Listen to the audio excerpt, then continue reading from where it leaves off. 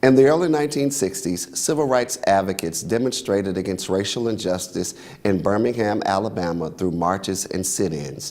In 1963, a number of local church leaders, the clergymen, wrote a letter to Martin Luther King Jr. to express concerns about the potential for such actions to incite hatred and violence. In their call for unity, the clergymen urged Dr. King to end the protests and observe the principles of law and order. The fight for civil rights, they argued, should take place in courtrooms, not in the streets.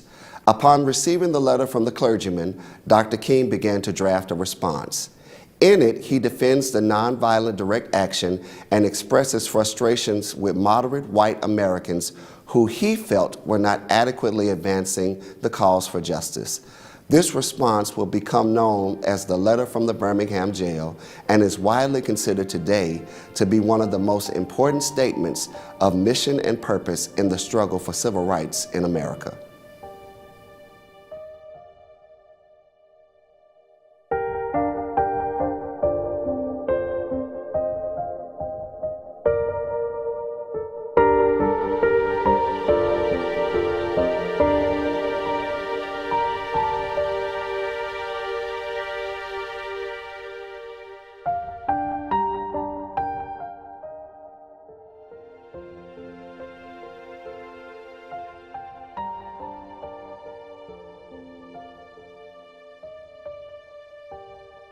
While confined here in the Birmingham City Jail, I came across your recent statement calling my present activities unwise and untimely. Seldom do I pause to answer criticism of my work and ideas, but since I feel that you are men of genuine goodwill and that your criticisms are sincerely set forth, I want to try to answer your statement in what I hope will be patient and reasonable terms. I am in Birmingham because injustice is here. Just as the prophets of the 8th century BC left their villages and carried there, thus saith the Lord, far beyond the boundaries of their hometowns. And just as Apostle Paul left his village of Tarsus and carried the gospel of Jesus Christ to the far corners of the Greco-Roman world, so am I compelled to carry the gospel of freedom beyond my own hometown. Moreover, I cannot sit idly by in Atlanta and not be concerned about what happens in Birmingham. Injustice anywhere is a threat to justice everywhere. We are caught in an inescapable network of mutuality, tied in a single garment of destiny. Whatever affects one directly affects all indirectly. Never again can we afford to live with the narrow, provincial, outside agitator idea. Anyone who lives inside the United States can never be considered an outsider anywhere within its bounds. You deplore the demonstrations taking place in Birmingham, but your statement, I am sorry to say, fails to express a similar concern for the conditions that brought about the demonstrations. I am sure that none of you would want to rest content with the superficial kind of social analysis that deals merely with effects and does not grapple with underlying causes. It is unfortunate that demonstrations are taking place in Birmingham, but it's even more unfortunate that the city's white power structure left the Negro community with no alternative. In any nonviolent campaign, there are 4 basic steps: collection of the facts to determine whether injustice exists, negotiation, self-purification, and direct action. We have gone through all these steps in Birmingham. There can be no gainsaying the fact that racial injustice engulfs this community. Birmingham is probably the most thoroughly segregated city in the United States. Its ugly record of brutality is widely known.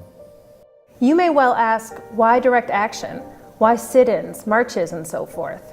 Is it negotiation a better path? You're quite right in calling for negotiation. Indeed, this is the very purpose of direct action.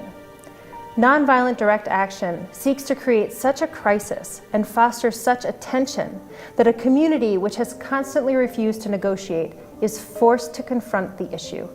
It seeks so to dramatize the issue that it can no longer be ignored. One of the basic points in your statement is that the action that I and my associates have taken in Birmingham is untimely. My friends, I must say to you that we have not made a single gain in civil rights without determined legal and nonviolent pressure. Lamentably, it is a historical fact that privileged groups seldom give up their privileges voluntarily. We know through painful experience that freedom is never voluntarily given by the oppressor. It must be demanded by the oppressed. Frankly, I have yet to engage in a direct action campaign that was well-timed in the view of those who have not suffered unduly from the disease of segregation. For years now, I have heard the word wait. It rings in the ear of every Negro with piercing familiarity. This wait has almost always meant never. We must come to see, with one of our distinguished jurists, that justice too long delayed is justice denied. We have waited for more than 340 years for our constitutional and God-given rights. Perhaps it is easy for those who have never felt the stinging darts of segregation to say, wait.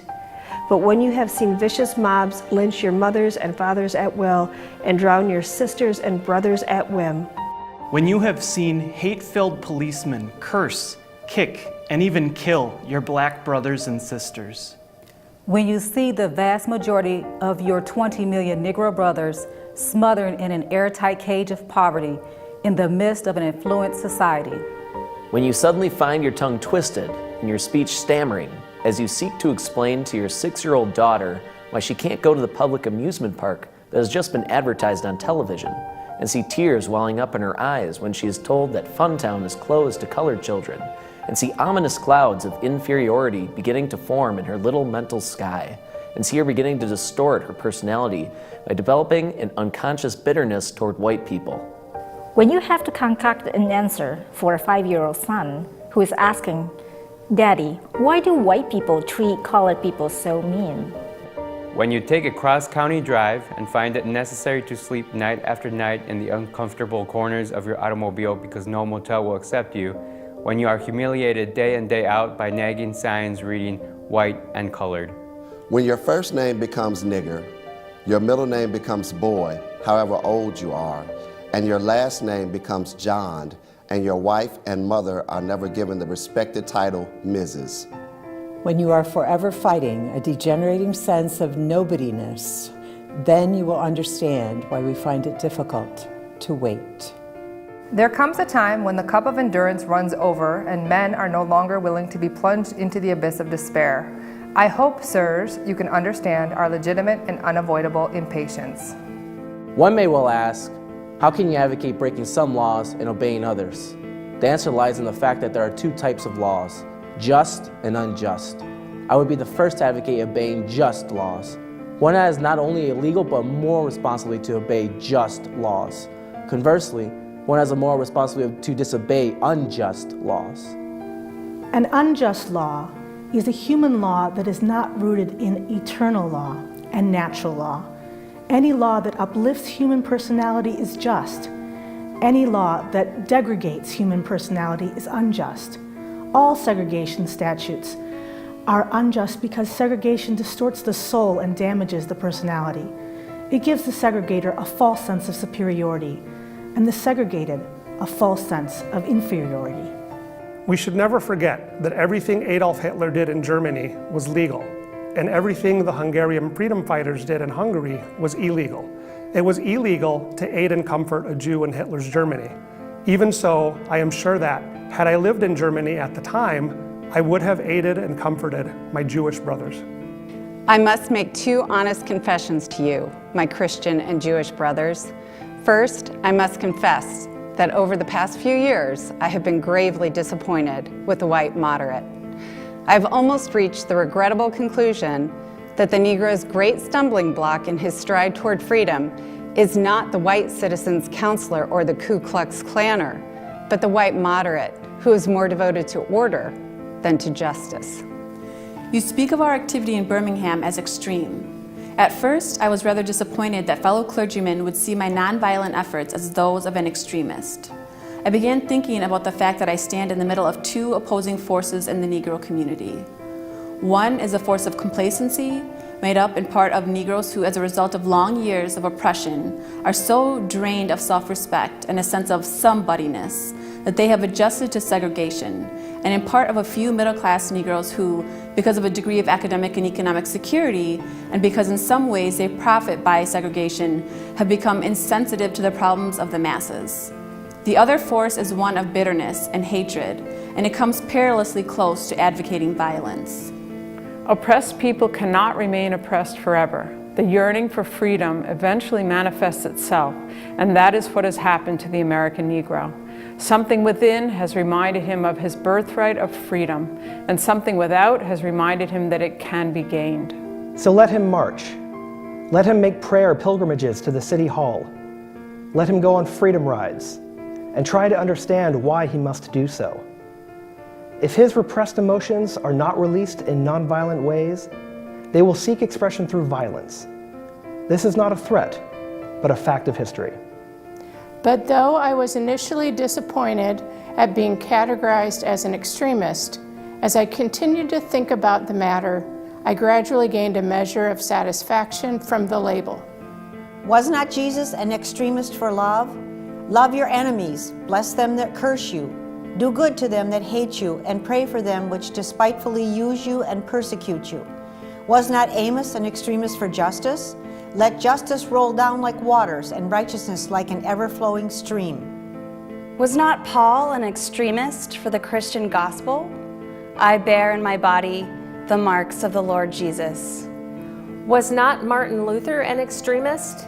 Here I stand, I cannot do otherwise, so help me God.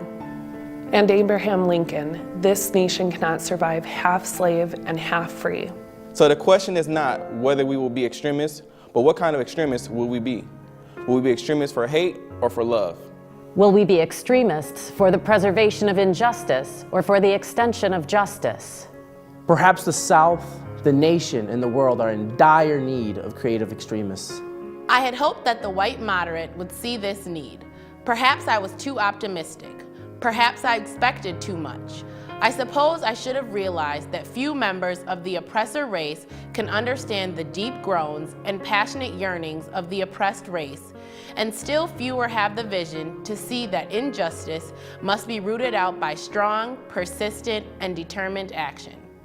There was a time when the church was very powerful, and the time when the early Christians rejoiced at being deemed worthy to suffer for what they believed. In those days, the church was not merely a thermometer that recorded the ideas and principles of popular opinion. It was a thermostat that transformed the mores of society. Whenever the early Christians entered a town, the people in power became disturbed and immediately sought to convict the Christians for being disturbers of the peace and outside agitators. But the Christians pressed on in the conviction that they were a colony of heaven, called to obey God rather than man. Small in number, they were big in commitment. Things are different now. So often the contemporary church is a weak, ineffectual voice with an uncertain sound. So often it is an arch defender of the status quo. Far from being disturbed by the presence of the church, the power structure of the average community is consoled by the church's silent and often even vocal sanction of things as they are. But the judgment of God is upon the church as never before. If today's church does not recapture the sacrificial spirit of the early church, it will lose its authenticity, forfeit the loyalty of millions, and be dismissed as an irrelevant social club with no meaning for the 20th century. Perhaps I have once again been too optimistic. Is organized religion too inextricably bound to the status quo to save our nation and the world?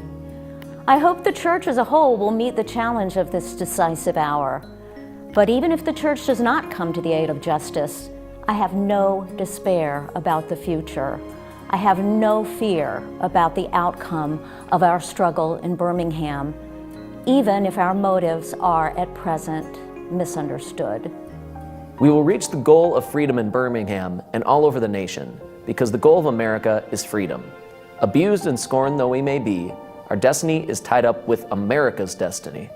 Over the past few years, I have consistently preached that nonviolence demands that the means we use must be as pure as the ends we seek. I have tried to make clear that it is wrong to use immoral means to attain moral ends. But now I must affirm that it is just as wrong or perhaps even more so, to use moral means to preserve immoral ends. Perhaps Mr. Connor and his policemen have been rather nonviolent in public, as was Chief Pritchett in Albany, Georgia, but they have used the moral means of nonviolence to maintain the immoral end of racial injustice. As T.S. Eliot has said, the last temptation is the greatest treason, to do the right deed for the wrong reason. If I have said anything in this letter that overstates the truth and indicates an unreasonable impatience, I beg you to forgive me. If I have said anything that understates the truth and indicates my having a patience that allows me to settle for anything less than brotherhood, I beg God to forgive me. I hope this letter finds you strong in the faith.